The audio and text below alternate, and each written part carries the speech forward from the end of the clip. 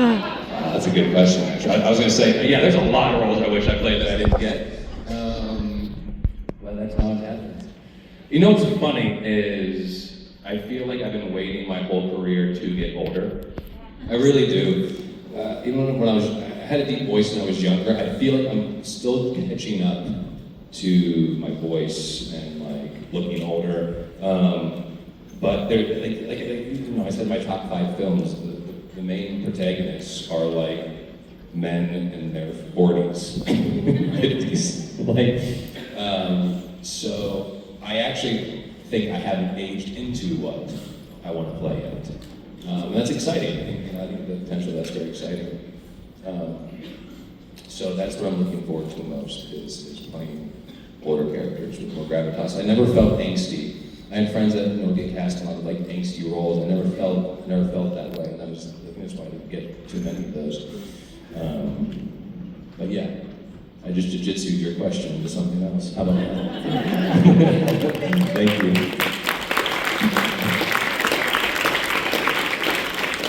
Hey, it's Mr. Juicy Lucy. You answered that question earlier. What was it? My wife was Matt's or 5A Club? What the hell did you just say? I asked you about the Juicy whatever. We talked about a Juicy Lucy, right? What's the best Juicy Lucy in Minnesota? Matt's or 5A Club? That's what my original question was. No, I didn't know the Juicy Lucy was. I thought it was like a girl I used to know.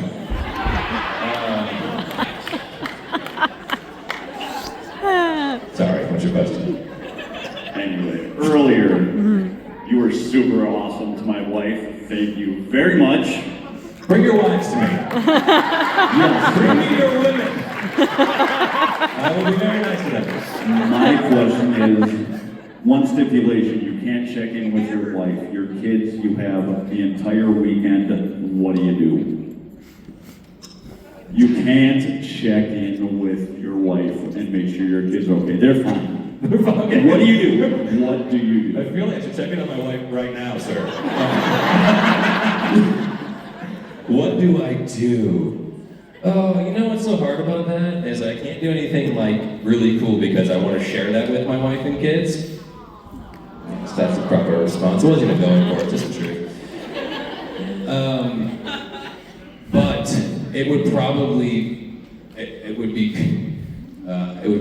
going to like a hotel somewhere that has a really good spa, like sauna, massage, good restaurant, especially good breakfast, and I would write all weekend. Me and my laptop, and food, and saunas, and massages.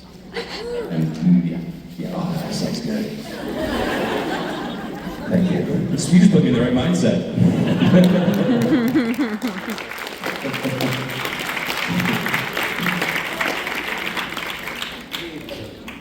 Hi. My name is Izzy. I was wondering if Adam had grown up with Sam and Dean as hunters, what brother would be his favorite, and what kind of hunter would Adam be?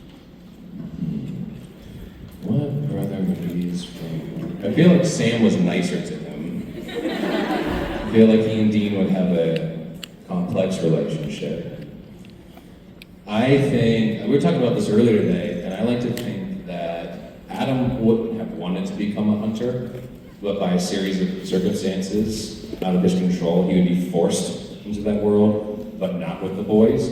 And they would spend the next 10 years crossing paths with him and being like, Jesus Christ, you guys again? And he's so bitter because he doesn't want to be doing this shit, but like life keeps making him do it. And he's like, oh, you guys are back? Great. I think that would have been a nice arc throughout the show. And then at the end, they like come together and they're like, okay, we're gonna be a family, and then God kills Adam again. That's my vision of it. Thank you. Each time they cross his path, Adam's missing a limb because he's really bad at it. She's like,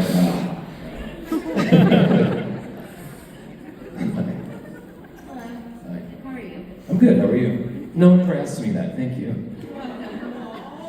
My name's Elizabeth, and I'm wondering if you could have anybody play you in a movie about your life, who would it be? Gary Busey.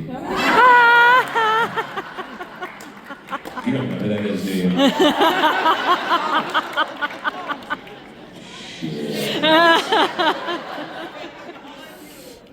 My second was Steve Buscemi. Do you know who that is?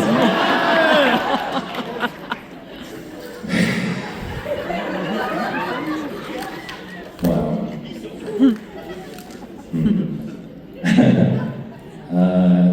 Glenn Close. What do you do? What do you do with your days? Good for you. Good for you.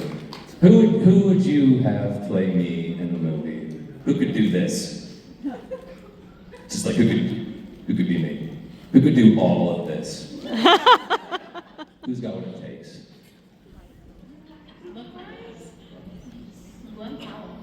Oh. Okay, but hold on. But who really? I'm being serious. Glenn Powell. Okay, I'll let him know. I love this scenario. I'm going to be such a big movie star that a movie star who's really big right now is going to play me. That's fucking badass. Or something tragic's going to happen to me. But so tragic that one of the world's biggest movie stars is going to play me. Boom, either way I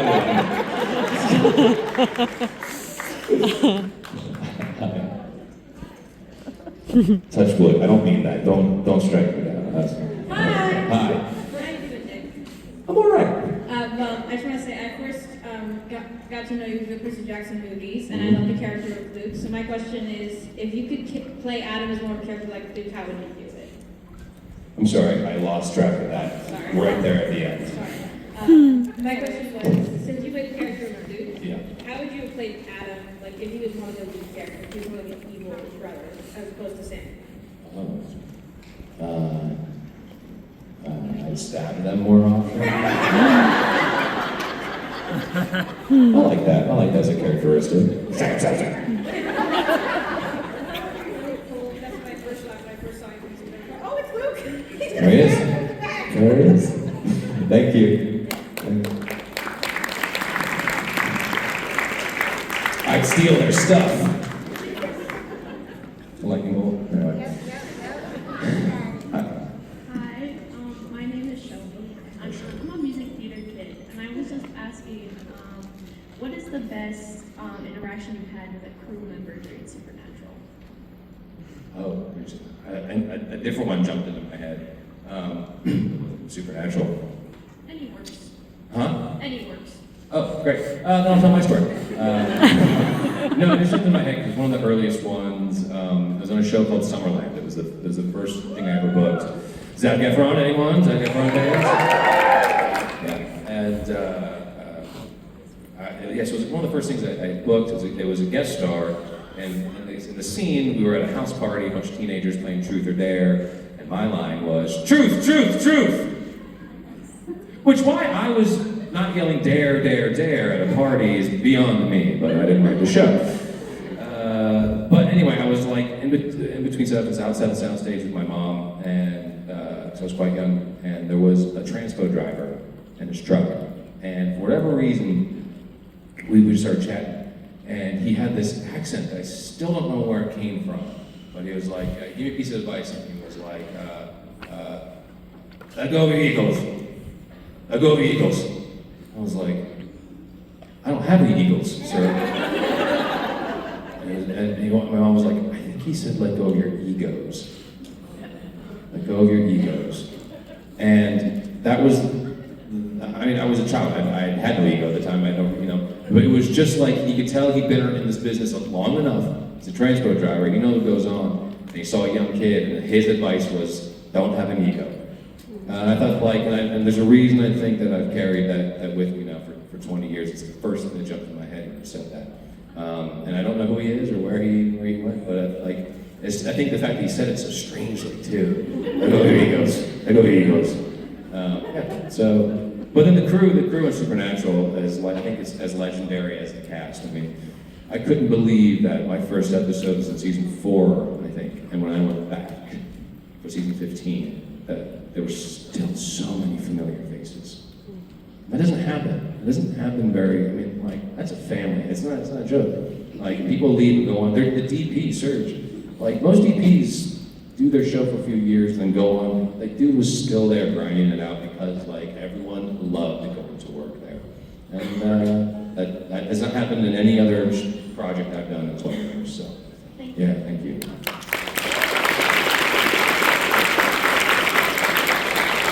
Hello. Hi. So I'm an English teacher, and we're currently making our way through Percy Jackson. All right. So I was wondering if you had any advice or insight into Luke's character that you'd like to give a bunch of 13-year-olds. He was an avid reader, a very good student, respects his teachers very much. I think he is prescribed as the villain, but people are often misunderstood, and which is why I don't play villains as bad guys. So I encourage them to dig deeper into why he behaves the way he does, regardless if it's moral and just or not, but to understand why he does the things he does. Give you a better understanding of the person that he is. All right, hopefully they'll listen to you better than me. They better. Or they'll end up on stage like this. Do good schooling. You want to up here. Thank you. How's it going? Pretty good, Lee. By the way, first of all, thank you for signing my Blu-ray of Sea Monsters yesterday. I'm going to find a nice place on my shelf. Got you. So, first Percy Jackson film, I don't think the second one was, but first Percy Jackson film was directed by Chris Columbus. Love Chris Columbus, directed the first two Harry Potter films, my favorite franchise of all time, directed Home Alone. I'm just curious, when you're building that world, he had to establish and build the world of Percy Jackson and of Harry Potter. When you're crafting that kind of thing, it takes a huge creative vision. What was it like working with him on set day to day to make that first movie? As someone who loves Chris Columbus as well, I share all the same sentiments as you. He's a wonderful person as well as an artist, and that's tremendous. The scope of our soundstage and production office, because they were all the same. It was like this old abandoned warehouse where I think they made vacuum cleaners or something. So it was huge. It was so big that we were sharing it with Vampire Diaries. Like, it was just that big. They had their own separate section of their production office was there. And I got to, as a 21-year-old, go to Disneyland for film because within this one place, which never happens, where all of the departments were under one roof. So the guys who were designing the lightning bolt, their office was right there, and you could see all of the designs they come up with, and they were 3D printing them and bringing them to Chris, and be like, what about this, what about this? And they realized we have to put a light inside the lightning bolt, otherwise it'll cast a shadow on my face. It has to be illuminated from the inside. So they were printing lightning bolts around 3 strips of lights of LED lights. Just crazy wild stuff. And then you would walk down further down the hall, and that was where they were making all of the leather armor. They had an armory in this production office where they were making I still have my belt, but my chest plate alone was I can't remember how expensive it was. They were handcrafted. It was beautiful. So, and then they kept going out of the sound stages, and then they had built the museum inside of there, and that's where we did all our stunt training, and we were flying through there. The scale was massive. And then you go out to Camp Half-Blood, which is out in Golden Years Park in Vancouver, and they built these cabins, real cabins in the middle of the woods. We would drive out there and still drive 30 minutes into the park to get to Camp Half-Blood. It was huge. It was so much fun to be a part of it and to see that. You think every movie's like this, and it's not. It's not. It's only reserved for people like him who have that vision and can sort of make that kind of spending worthwhile. It's very expensive. Awesome. Thank Thank you. you.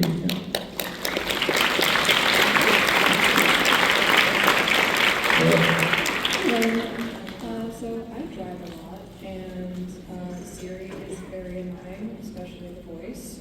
Siri? Siri, Yeah. And I was just curious if there is a actor or character that you would prefer the voice of Siri to be. Me.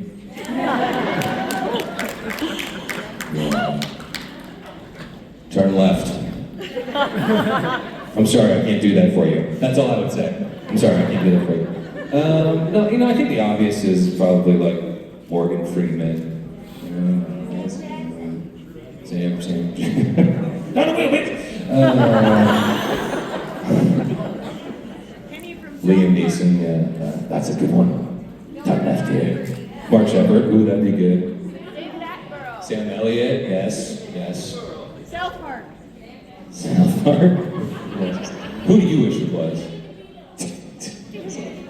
Well, I have a few, but I guess the main one would probably be Samuel L. Jackson, just because. How about Gilbert Godfrey? You're going the wrong way! Turn right. Turn around, Where are we going? I think we're lost. Hey, do you know the young lady who didn't know any actors? Christopher Walken. Do you know her? Anyway, thank you.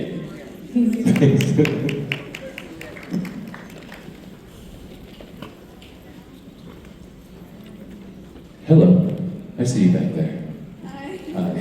I'm sure. Oh, watch out, we're gonna get you. I'm sure. I'm sorry. Don't apologize, you very tiny person.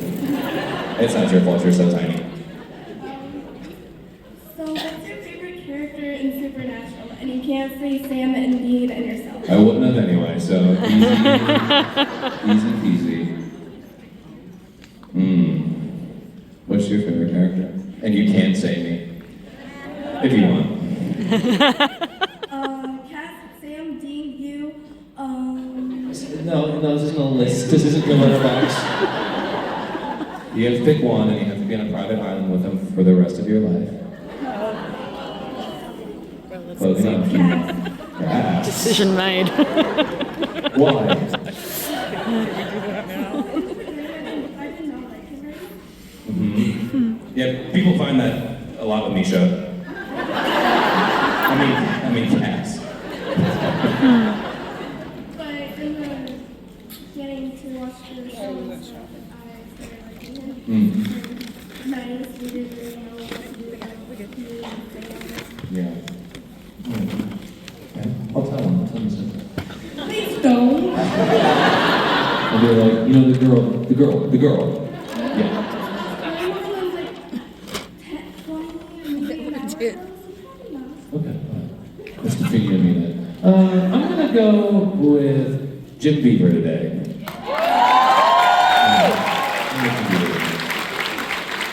Thank you. And then me again. Hi. My question is, what is something that you read for your script for Adam and said that's absolute bullshit? Something I read in the script. It sounds like there's something in the script that you think is absolute bullshit. Is there? The fact that he didn't really come back a lot. Yeah, Yes. that's bullshit. I added a line that in the last episode where it's like, Cass is like, you remember me? I'm like, yeah, you called me ass butt. Or you sent me to hell. That was a Jake special right there. Because I was like, wait, why are we not going to talk about this? This is like the most famous thing someone's called me. I'm still writing ass butt on autographs. So yeah, there you go. Thank you. Thanks. Right in the nipple. That Molotov cocktail would not break. Oh shit. I thought you were gonna ask me a question. Okay, good. Here we go. Hello. Hi. Hello. Hi. Now that you've had some time to think about it, my question is, London Tipton or Maddie? Is this the Sweet Life of Zach and Cody question? That way you know. I believe I only like chocolate bars. That's an inside baseball right there. Disney Channel. Look it up. Well, I have to go with Ashley Tisdale because she introduced me to my best friend to this day. I know.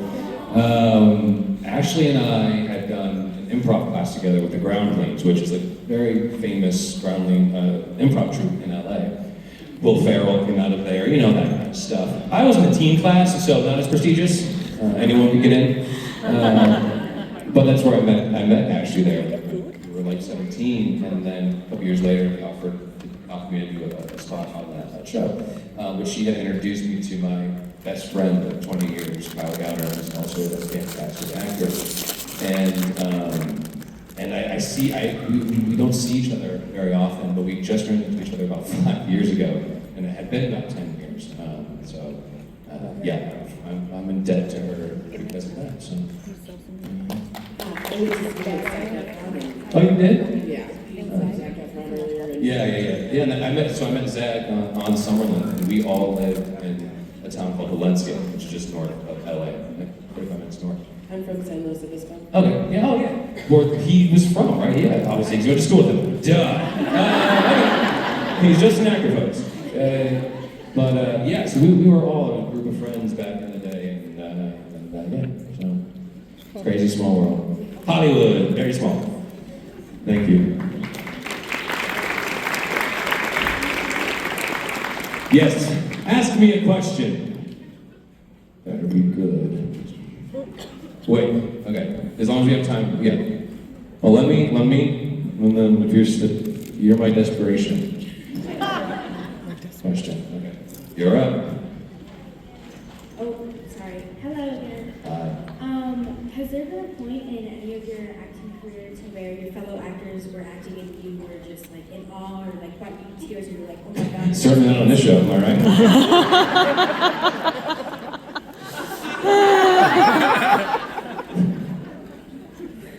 Continue. Brought me to tears or put me in awe as it was you were happening. like, you just take a step back and be like, oh my god, this is pure genius. Like, you were like in all of their skills. That's a really good question, because I've been very lucky to work with some fantastic actors. Like, Saoirse Ronan's a great friend, and I love doing scenes with her. We've done 2 films together, and she's just so effortless. She's great. And you just know you're in good hands with someone like that.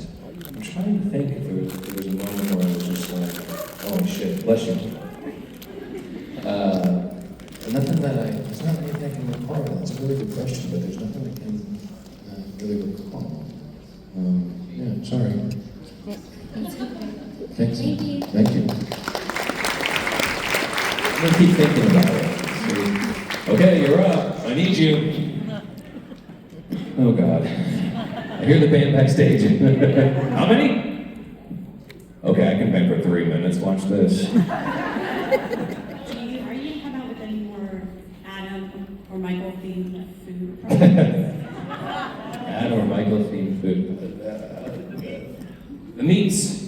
Adam and Michael's meat. It's a little bit spicy. There are no plans to come up with more food. For those who don't know, I had some hot sauces made and some spices made that were Michael and Adam themed, and filmed some promos for them. There are no plans, but you never know. You never ever know. But no. Has that been 3 minutes? I didn't feel like it was 3 minutes. I thought, yes, please, you, yes. What are your favorite games to play with your kids? We love making movies together. Like my 4-year-old loves to make, we shoot them, I edit them, put music to them. He comes up with these titles, and then we kind of come up with a storyline. So for instance, there was this one, he wanted to make a movie called Night George. His little brother's name was George. Night George. And for 2 or 3 months, he would not let it go. He was like, Dad, we need to make Night George. And he knew we wanted to make it a scary movie. And so I was like, okay, well, let's see what would happen. Maybe your brother's reading a book, and you hear someone go by in the hallway, and he comes out and looks for you, and he's looking in the room, and then someone runs across the other hallway, and then he finds you at the end, and he's like, yeah, that's it. And so we filmed it. We've done that one. We've done Zoom Bros, where he's watching monster truck rally, and he gets the idea that we use their 2 little monster trucks and like pretend they're inside driving them, and they get this big race and fly through the air. And the next film he wants to do is a heist movie. I remember what a heist was, because I was like, hey, maybe you could like, he's got a little cash register, and I was like, hey, you could like steal money out of it, and be an action film. So he's like, yeah, heist movie. And so my wife's putting to bed when we first came up with the idea, and she's like, she talks to him, and she's like, what did you learn today? And he goes, how to steal money.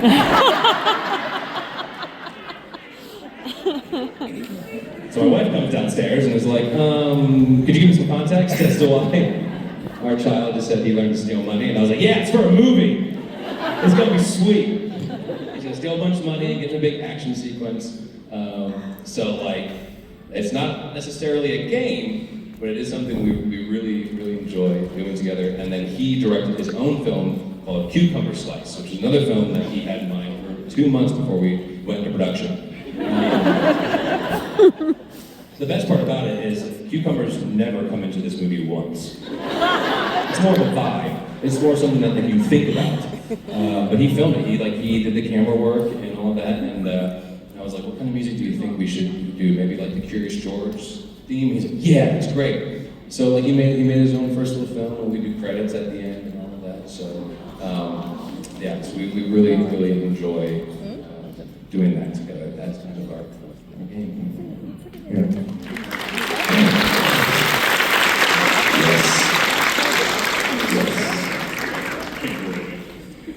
So, just curious, is there any piece of fiction, literature out there, whether it's a game, a comic, a movie, a book, or something, that you would want adapted into a film or TV show, whether or not you want to be part of the production or not, that you would like to see be adapted?